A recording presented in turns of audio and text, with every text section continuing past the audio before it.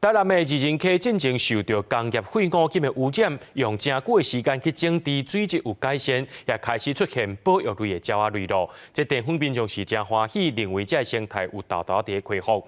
不过溪边也是有真侪粪扫甲废弃物，环保团体也希望讲这物件赶紧爱清掉。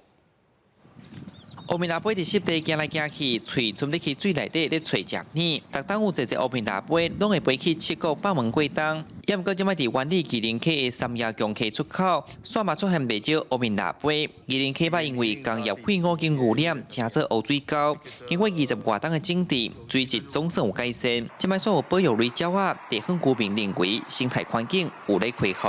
进前拢爱走去甲七国看，希望未来会当搁较侪只乌面拉杯，安尼我得当住近安尼看。个安尼顺手保护，即马生态拢一直咧恢复噶。咱应该好好啊来甲利用这些资源，爱当来带动地方。最近已经拢咧赶白环，就是讲赶紧要等因的繁殖地生囝，所以伊爱补充伊的体力，所以伊人溪啊，即马算讲比较有较清气，水质有较好，有鱼啊好食，所以买活哩。二零溪段监测到乌面腊杯起头干那9只，到单已经买我30只。